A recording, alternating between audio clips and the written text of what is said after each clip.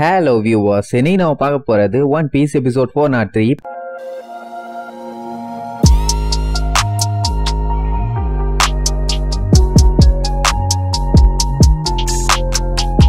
Open பண்ணா நிலைமை ரொம்ப மோசமாகிட்டே போகுது.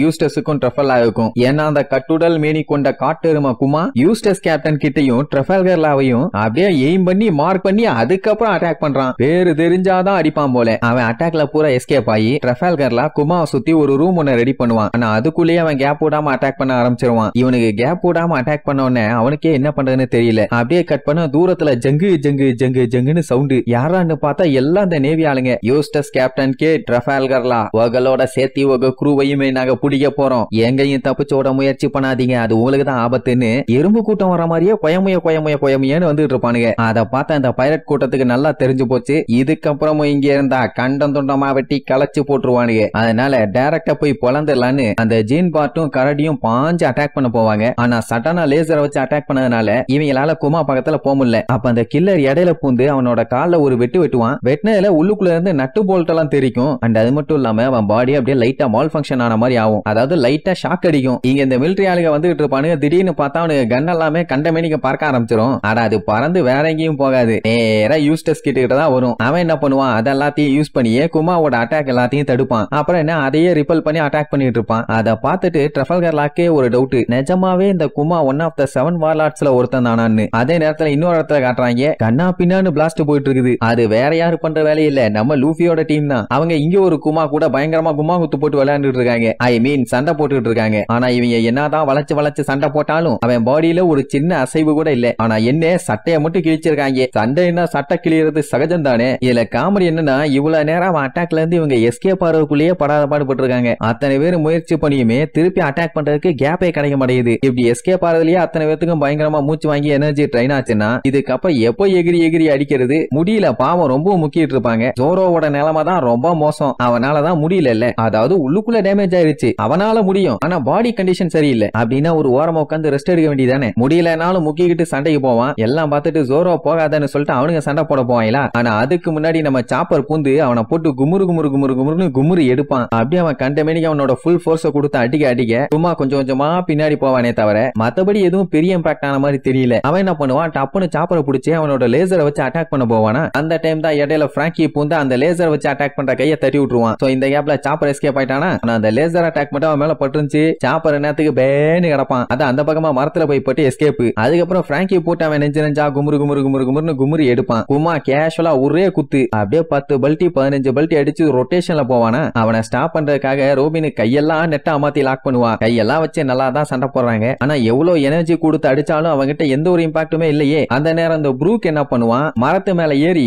மேல இருந்து அட்டாக் பண்ணலான்ட்டு அப்படியே பாஞ்சு வருவான். அந்த குமா பார்த்துட்டு நகரெல்லாம் மாட்டான். என்னதான் இந்த எலும்பு கூடு கிண்டுதுன்னு பாத்துருவோமேன்னு கேஷுவலா வேடிக்கை பார்ப்பான். அவன் கத்திய குமாவோட ஷோல்டர்ல சொருகி ரிட்டர்ன் அந்த கத்திய எடுக்க முடியாம தொக்கா மாட்டிட்டான். சரி மாட்டிச்சு விட்டுட்டு எஸ்கேப் ஆக வேண்டியதானே. அதை விட்டுட்டு ஐயோ பத்திச்சு ஐயோ மாட்டிச்சுன்னு சொல்லி கதறிட்டு இருப்பான். அவன் வேற எய்ம் வச்சு அட்டாக் பண்ண போவானா. புடிஞ்சு போச்சு, என்னைய சாகடிக்க போறான், ஐயோ என்னைய காப்பாத்துங்கன்னு கதறுவான். அதுக்கப்புறம் தான் பையன் ரியலைஸ் பண்ணான் அவன் ஆல்ரெடி செத்துட்டான்னு. இப்ப அவன் அடிச்சான எலும்பெல்லாம் சல்லியா செதறிடும். அதுக்கு விட முடியுமா. சோ உசோப் எய்ம் வச்சு சும்மா நச்சுன்னு ஒரு அடிய போடுவானா. அந்த மேனிக்கு குமா மேல பட்டு பிளாஸ்ட் ஆகும். அந்த கேப்பை யூஸ் பண்ணி ப்ரூக் கத்திய புடிங்கிட்டு எஸ்கேப். உசோப்ப அடிச்ச உடனே குடுன்னு ஓட ஆரம்பிச்சிருவான். ஏன்னா எவன் அட்டாக் பண்ணவனும் அவனை குமா வெறிகுண்டு அட்டாக் பண்றான். அப்படிங்கும்போது உசோப் அட்டாக் பண்ணுவான்ல. இதுல காமெடி என்னன்னா, உசோப்புக்கு மேல ப்ரூக் பிச்சுக்கிட்டு ஓடுவான். அதுக்கப்புறம் தான் அந்த குமாவை காட்டுறாங்க. அவனால நிக்க முடியாம அப்படியே தடுமாறி அங்கேயே மண்டி போடுவான். என்ன ஏதோ சரியில்லை தடுமாறுற மாதிரி இருக்கேன்னு பாத்துக்கிட்டு இருக்கும் போதே அப்படியே பொத்துன்னு விழுந்துருவான். அப்படின்னா இவங்க பண்ண அட்டாக் எல்லாம் ஒர்க் அவுட் ஆயிருச்சான்னு பார்த்தா பிராங்கி என்ன சொல்லுவான், அவன் பாடியில ஏதோ ஒரு கனெக்ஷன் கட் ஆயிருக்கு.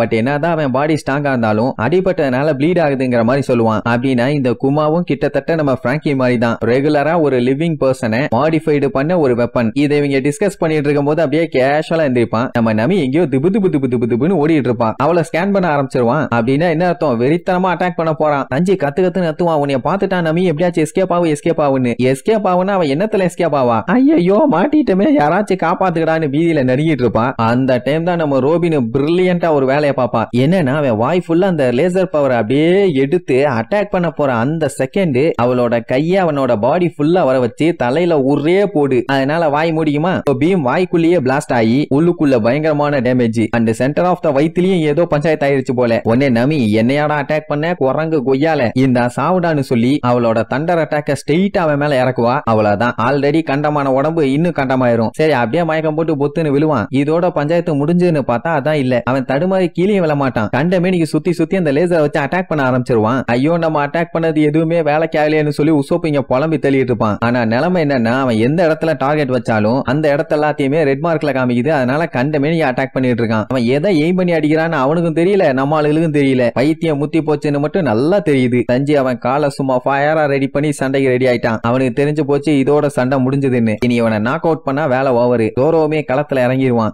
ஒரு பக்கம் சஞ்சய் வந்து வேகமா அடிச்ச அடியிலேயே அவன் பாடி ஃபுல்லா நெருப்பு பத்திக்கிட்டு கொஞ்சம் கொஞ்சமா அழிய ஆரம்பிச்சிட்டான். ஆனாலும் அவன் கீழே விழல. அடுத்து நம்ம ஜோரோ டீமன் அவரான்னு சொல்லி அப்படியே 3 பேரா மாறுவான். இவங்க எல்லாம் பார்த்துட்டு மிரண்டுருவாங்க, என்னடா நடக்குது இங்க, ஜோரோ விஸ்வரூபம் எடுத்துட்டு இருக்கான்னு. அவன் வேகமா ஜோரோவை அட்டாக் பண்ண வருவான். விட்டுவானா அவன் சதக்குன்னு 4 வெட்டு வாயில இருந்து நத்தம் வந்துரும். அப்படியே குமா மேல பாப்பான். கியர் 3 கடைசி அடி. அந்த அடி அடிச்சானா காலி. ஆனா அவன் என்ன பண்ணுவானா வாயில பவர் எடுத்து லூஃபியை காலி பண்ணிடலான்ட்டு அப்படியே அவன் பவரை திரட்டுவான். எல்லாம் பார்த்துட்டு லூஃபி அவனை விடாத எப்படியாச்சும் காலி பண்ணிருன்னு பயங்கரமா அவனை சேர பண்ணுவாங்க. நம்ம பயிலும் கைய பின்னாடி ஓங்கி ஜெயண்ட் ரைபிள்னு சொல்லிட்டு ஓங்கி அடிப்பான். அவன் பவரை உருவக்கும் இவன் அடிக்கிறதுக்கும் கரெக்டா இருக்கும். லூஃபி அடிச்ச அடியில ஆள அங்கேயே அப்படியே சப்பி கண்ணாடி எல்லாம் செதறி டார்கெட் என்ன இருக்குன்னு கூட தெரியாம கம்ப்ளீட்டா குமாவை ஷட் டவுன் பண்ணியாச்சு.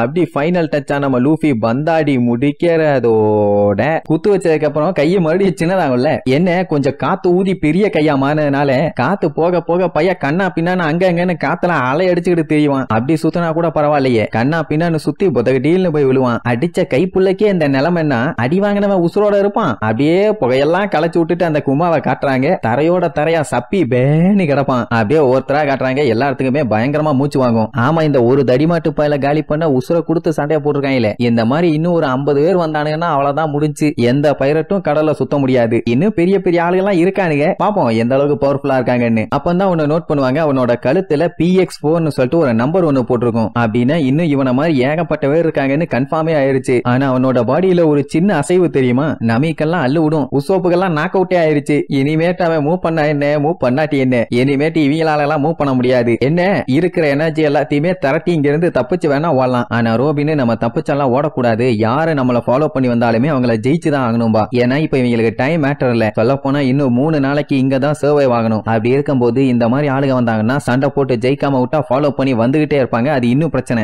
இப்போதைக்கு அவனை பார்த்த வரைக்கும் நல்லா தெரியுது இவன் ஒரு சைபார்க்குன்னு. ஆனா நிஜத்துல இவன் ஒரு மனுஷன் தான். ஒருவேளை குமான்னு வந்தால அவனோட ட்வின் பிரதரா கூட இவன் இருக்க வாய்ப்பு இருக்கு. ஆனா த்ரில்லர் பார்க்ல வந்த ஆளு இவன் கிடையாதுன்னு கன்ஃபார்மே பண்ணிடுவாங்க. பட் 2 பேரையும் பார்க்கும்போது ஒரே மாதிரி இருக்காங்க. எந்த ஒரு சின்ன டிஃபரன்ஸுமே தெரியல. ஆனா உயிரோட வாழ்ந்துகிட்டு இருக்க ஒருத்தனை இந்த அளவுக்கு அக்யூரேட்டா ஒரு சின்ன ஸ்கிராட்ச் கூட இல்லாம கிரியேட் பண்றதுங்கிறது சாதாரண விஷயமே இல்ல. சொல்ல போனா முடியாத காரியம். ஆனா இவனை எப்படி பண்ணாங்கன்னு தான் தெரியல. லூஃபி எல்லாம் இதுக்கு மேல முடியலடா சாமி, கொஞ்சம் ரெஸ்ட் எடுக்கலாம், இதுக்கு மேல எல்லாம் மூவ் பண்ண முடியலம்பா. லூஃபி எல்லாம் சண்டை வரும்னு எதிர்பார்த்தான். ஆனா இந்த அளவுக்கு மோசமா வரும்னு நினைச்சு கூட பார்க்கல. இப்ப ரெஸ்ட் எடுக்கிறதெல்லாம் முக்கியமான வேலை தான். ஆனா அதுக்கு முன்னாடி இவங்க யாருக்கும் தெரியாம ஹைட் ஆகணும். இல்லன்னா மறுபடியும் வந்து அட்டாக் பண்ணிட்டே தான் இருப்பானுங்க. அப்புறம் அவ்வளவுதான் டண்டனக்காதான். லூஃபி எல்லாம் கொஞ்சம் டைம் கொடுப்பா மூச்சு வாங்கிக்கிறேன்னு நாக்க தொங்க போட்டுட்டு நாய் மாதிரி இழுத்து இழுத்து விட்டுட்டு இருப்பான். அந்த அளவுக்கு பயங்கரமா மூச்சு வாங்குது. அந்த டைம் வாய்ஸ் மட்டும் கேட்கும், அடே உங்களுக்கு எவ்வளவு தைரியம் இருந்தா நீங்க இங்க இருப்பீங்கன்னு. ஐயோ மறுபடியும் ஏதோ எனிமி வந்துட்டான் போலன்னு சுத்தி முத்தி பார்த்தா மரத்து மேல நின்னு கத்திட்டு இருப்பான். யாரா அவன் பார்த்துட்டு இருக்கும் போதே மேல இருந்து ஒரு ஜம்ப்.